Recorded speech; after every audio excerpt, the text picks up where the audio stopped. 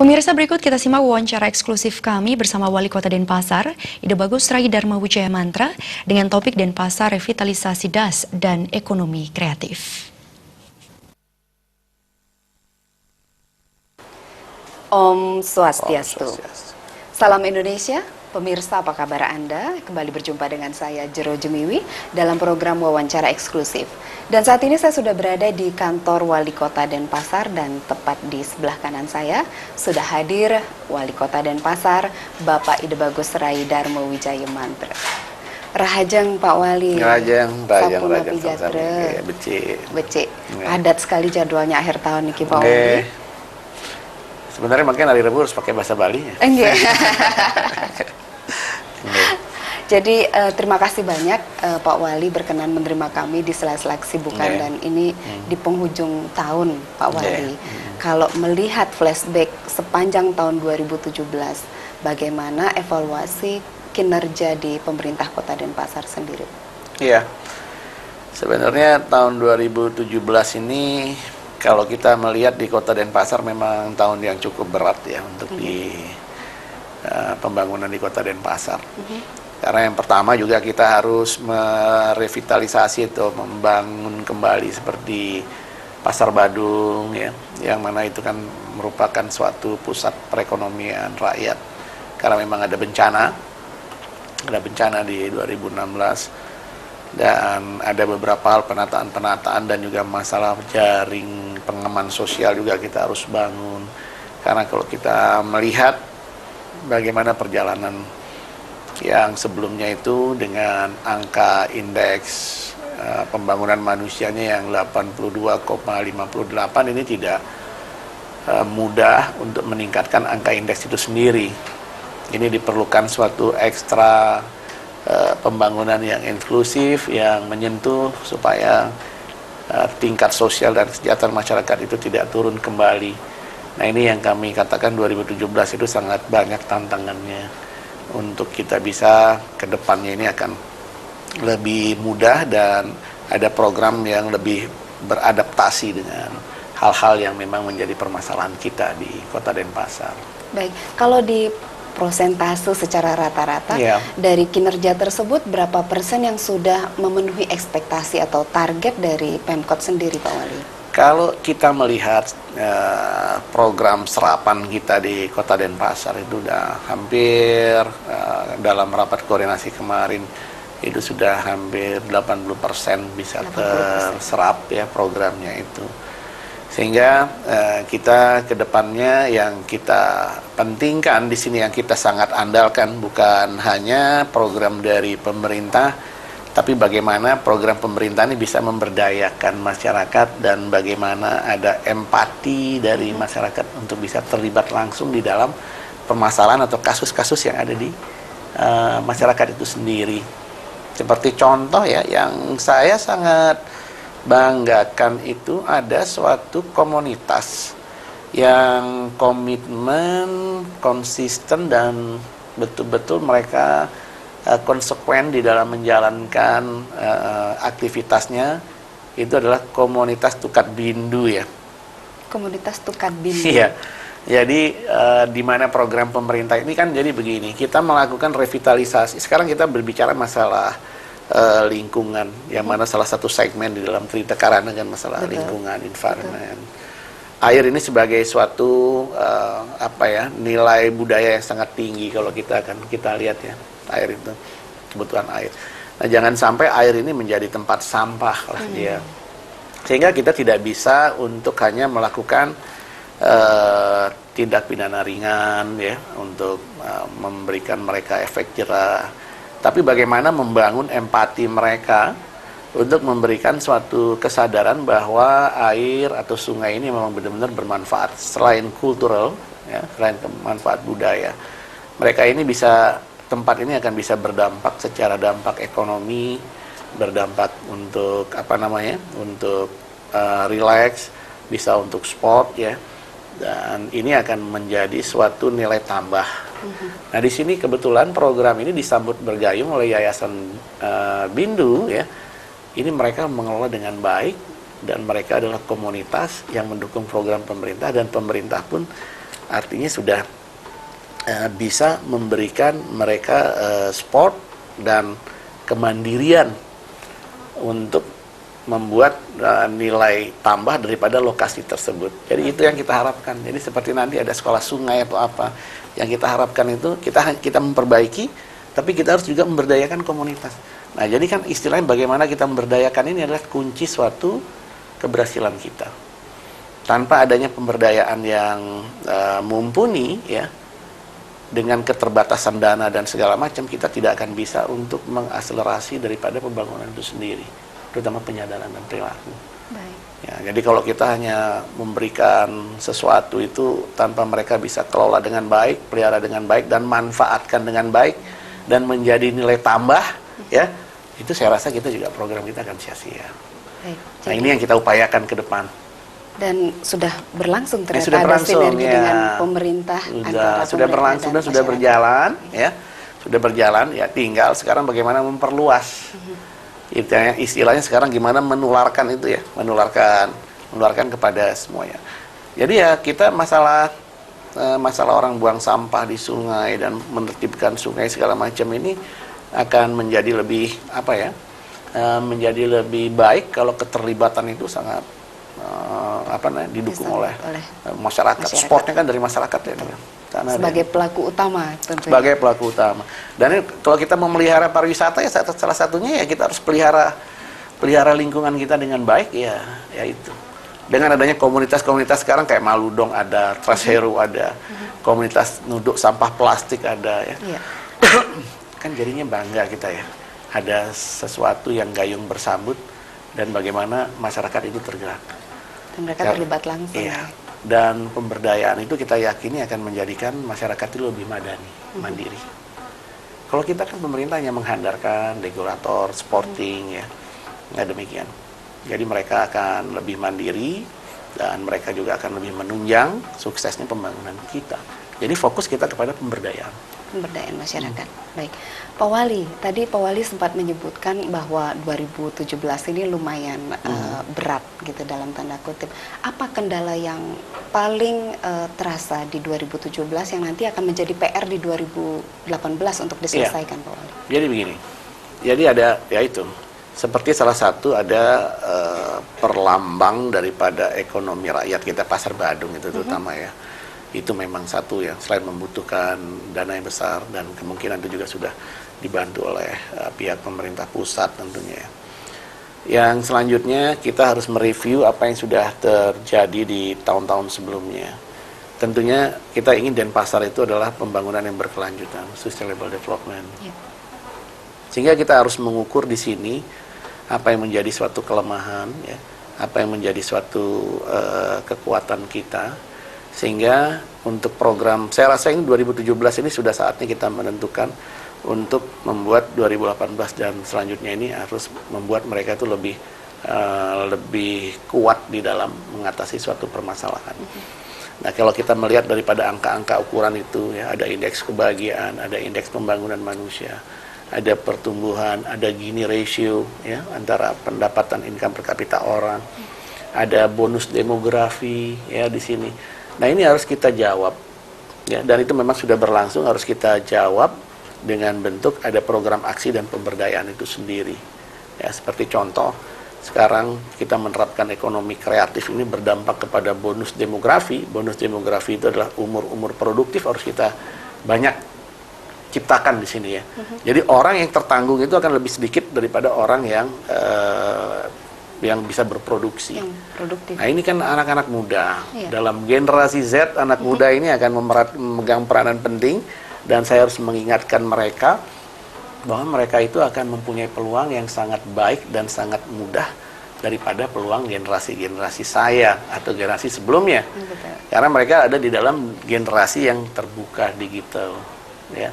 Jangan sampai ini akan menjadi suatu hal yang salah langkah, ya. Tapi mereka harus tepat langkah. Nah, seperti sekarang sudah kita buatkan mereka ada taman pemuda, ada youth park. Jadi untuk mendukung produktivitas mereka sebagai pemuda, ya, di samping itu juga mereka sudah mempersiapkan diri untuk mewujudkan perilaku yang kreatif. Jadi youth park itu Mereka itu bisa ada pelajaran kewirausahaan, entrepreneurship, tempatnya sudah ada di sana. Ada yang entertain, ada yang fotografer, ada yang karikatur, atau ada yang kemampuannya mereka untuk membuat video pendek, karena ada lab di sana ya. Ada yang mau mural ya. Terus ada juga rumah pintar. Rumah pintar itu ya kita sediakan bagi anak-anak yang memang senang meneliti dan yang ingin ikut olimpiade penelitian nasional maupun internasional. Jadi difasilitasi ya. Fasilitasi. Dan di sana itu silakan berkunjung di rumah pintar. Kita akan menemukan anak-anak pintar kita yang dapat medali emas, perak dan perunggu dari belahan dunia. Baik. Ya, ada yang dari India, ada yang dari Kanada, ada yang dari Jepang ya. Dengan penemuan mereka kita maksimalisasi. Karena pembangunan itu yang kita harapkan adalah bagaimana dengan kekuatan indeks pembangunan manusia seperti ini ya, generasi muda supaya tidak ada lost generation ya, yang tentunya mereka harus disiapkan sarana prasarana untuk memandirikan dan lebih memajukan dia di sini. Yang kita harapkan memang kota ini akan lebih berbudaya dan lebih maju dan juga identitasnya lebih kuat ya itu. Dan anak muda adalah motornya generasi Z. Anak muda adalah harapan kita semua. Saya yakin kepada yang lain-lainnya ya. Nah, ini akan memegang peranan paling penting ya. Karena bagaimanapun juga kalau kita menyadari sekarang ya, banyak sekali sekarang itu yang berbicara masalah ada generasi X, generasi Y, generasi Z, tapi itu tidak ada yang begitu terlalu memfokuskan masalah itu. Kalau ini tidak terfokuskan ya di dalam suatu perilaku global ya, ini tidak akan bisa untuk menentukan arah dan tujuan mereka secara jelas. Nah, untuk itu mereka harus diberikan ya, karena zaman digital itu mereka sudah kepribadiannya sangat tinggi ya. Kalau digital itu ambivalen ya, kayak pisau bermata dua ya. Kalau tidak bisa diarahkan mereka akan menjadi suatu hal yang yang kurang baik. Tapi kalau itu diarahkan yang lebih baik ya, ini akan mereka lebih mengenal perilaku dan identitas. Tapi kita bukan hanya mengarahkan aja, harus disiapkan sarana prasarana dan daya sporting kita juga harus kita siapkan. Dan untuk Youth Park udah disiapkan. Sudah ada ya, Pak Wali. sudah di-create segala macam, dan hampir setiap malam minggu juga itu udah ada. Jadi kegiatan. ya itu jadi kami juga sudah perkenalkan mereka kepada BEM-BEM ya, Badan Eksekutif Mahasiswa, ada seketruni ya, itu silakan, atau organisasi lain silakan mempergunakan itu, karena kita setiap tahun juga ada pengarahan ekonomi kreatif kepada STT dan segala macam untuk mereka mempunyai orientasi yang baik ke depannya. Nah, ini tantangan yang harus kita jawab sebagai konsep konsep budaya yang kuat mereka di sini ya. Adanya organisasi mereka secara tradisi, adanya bagaimana pengenalan ekonomi, bagaimana mengadakan pengenalan secara teknologi dan juga pendidikan. Nah, ini memang harus menjadi satu, terintegritas, sehingga mereka bisa beradaptasi. Baik. Baik, Pak Wali, ini seru sekali kalau sudah bercerita tentang pemuda. Ya. Dan tadi secara ini sudah Pak Wali sampaikan bahwa kendalanya banyak, dan kalau kita lihat Pak Wali di Denpasar ini kan ibu kota provinsi Bali. Betul. Tentunya persoalan pasti lebih heterogen Ya, daripada kompleks, kabupaten ya. yang lain. Apa yang mendesak untuk dicermati sekaligus disikapi di 2018 terkait persoalan tersebut? Maksudnya persoalan-persoalan di luar kepemudaan segala macam ya. Betul. Ya, ini ada beberapa hal ya yang menjadi kendala sekarang ini. Memang kalau kita akui sekarang ini ada masalah traffic ya, ada masalah lalu lintas dan segala macam. Ini memang dalam segi pengkajian, meskipun kita sudah memiliki suatu ATCS, jadi ada automatic traffic control system ya di sini. Itu bukan hanya sekedar seperti itu. Dan sekarang kita sedang merencanakan sekarang untuk bagaimana caranya mengurangi kepadatan lalu lintas. Tapi ada hal-hal yang memang tidak bisa tidak bisa dihindari, karena di Bali itu sendiri kita juga harus menghormati kalau ada orang melaksanakan yadnya. Tapi ini bagaimana cara mengaturnya. Tapi satu hal, umpama kita ambil satu segmen dulu sekolah ya. Sekolah ini bagaimana kita mengupayakan supaya ada transportasi umum untuk sekolah khusus dulu. Nah, jadi memang ini harus perlu ada kajian ya, bagaimana istilahnya orang tua dan anak-anak ini untuk mau dan juga tertarik terhadap angkutan sekolah. Jadi kalau sekolah swasta, ya kita sudah anjurkan mereka untuk membuat bus-bus sekolah. Sekarang negeri kita juga harus buat. Artinya guna mengurangi adanya kesibukan lalu lintas anak antar sekolah. Ada di sektor-sektor tertentu. Nah ini perlu pengkajian ya. Jadi mungkin kita tidak bisa biasa saja untuk melempar suatu ide. Kita harus ada survei dulu. Keinginan mereka itu kendaraan umum seperti apa sih yang diinginkan oleh anak-anaknya. Nah, ini sudah dilakukan survei. Jadi adalah bus sekolah ini dulu. Dari bus sekolah ini kami hanya bisa melayani 300 murid dulu. Sekarang permintaan yang waiting list itu, yang menunggu itu sudah hampir 900. 3 kali lipat? 3 kali lipat. Okay. Artinya apa? Artinya ada suatu ketertarikan dan memang ini bisa diterapkan ke depan. Yang intinya nanti akan mengurangi banyaknya kendaraan yang beredar. Nanti yang ke selanjutnya mungkin ya, ini bisa dimulai dari pemerintahan juga. Jadi kendaraan-kendaraan itu mungkin tidak langsung mereka harus bawa. Ya kita harus siapkan bus-bus pemerintahan. Yang selanjutnya mungkin ada perusahaan-perusahaan besar. Yang mungkin memiliki suatu karyawan lebih dari 50 orang atau 100 orang. Mereka juga harus bisa untuk menggunakan kendaraan bus yang memang disediakan oleh oleh perusahaannya, atau nanti bisa terconnecting dengan ada besar Bagita dan segala macam ya. Nah, ini memang harus kita lakoni ya. Karena ini mau tidak mau memang satu hal kalau kita lihat kemacetan itu dampaknya memang kepada pertumbuhan ekonomi kita lihat membaik ya. Tapi satu pihak ya, kalau kayak kemarin itu kayaknya agak lenggang sedikit ya, karena ada masalah erupsi Gunung Agung, karena nggak ada tamu juga susah. Kalau nggak ada macet juga ekonominya nggak jalan. Nah, ya ini artinya kita ambil suatu langkah-langkah yang memang bisa cepat kita ambil dulu ya, sebatas regulasi dan kebijakan yang bisa kita buat di Kota Denpasar. Baik. Karena kan ada batasnya itu. Iya. Betul. Pak Wali, di samping yang Bapak sampaikan barusan, apa terobosan yang nanti akan menjadi fokus di 2018 sekaligus harapan Pak Wali? Ya, kalau terobosan yang kita akan kembangkan nanti ke depan itu, ya, satu hal keterjaminan daripada segmen-segmen yang memang akan melemahkan daripada kualitas manusia itu sendiri. Seperti saya katakan, pengajaring pengaman sosial itu sendiri. Nah, gimana istilahnya sekarang yang memang akan rentan itu ya, seperti sekarang kategorinya begini, bukan hanya kategori miskin, tapi harus ada kategori hampir miskin, ya. Ada kategori baru. Hampir miskin, ya. Miskin. Jadi kita harus bertindak seperti demikian. Dan ada hal-hal yang memang harus kita konservasi semuanya ini. Jadi ada seperti bagaimana memberikan suatu jaminan keberlangsungan terhadap petani, nelayan dan segala macam ini. Dan termasuk bagaimana caranya mengurangi tingkat kesibukan daripada orang yang dianggap untuk suatu hal yang memberatkan mereka. Umpama begini, kita ada rumah berdaya sekarang yang kita buat. Jadi nanti silakan berkunjung ke rumah berdaya. Ini biasanya kalau ada orang dengan gangguan jiwa, ini keluarga ini akan menjadi terganggu. Kita punya program nanti di 2017 ini sudah kita launching ya, kita maksimalisasi nanti terobosannya di 2018 untuk meningkatkan produksi masyarakat. Kita harus bisa menanggulangi apa ada orang yaitu keluarga yang dengan gangguan jiwa. Nah ini dengan antar jemput dan segala macam itu sudah ada. Untuk juga masalah sakitnya orang, ya sakitnya orang. Kita sekarang sedang bekerja sama dengan BPJS ya.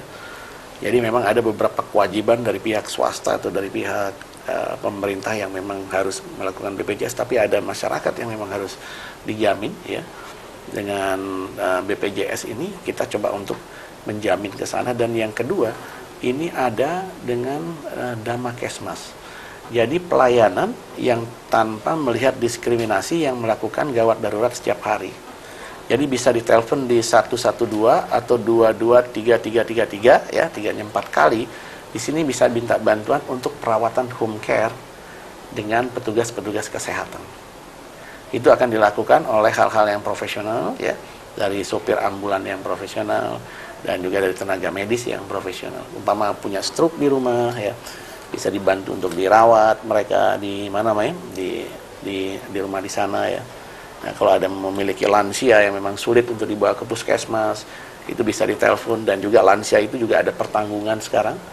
Jadi ada untuk kebutuhan makanan mereka segala macam, itu ada bantuan sembako segala macam, itu ada kartunya ya, ada kartunya itu untuk lansia itu, dan juga untuk kesehatan yang bisa ditelepon demikian ya.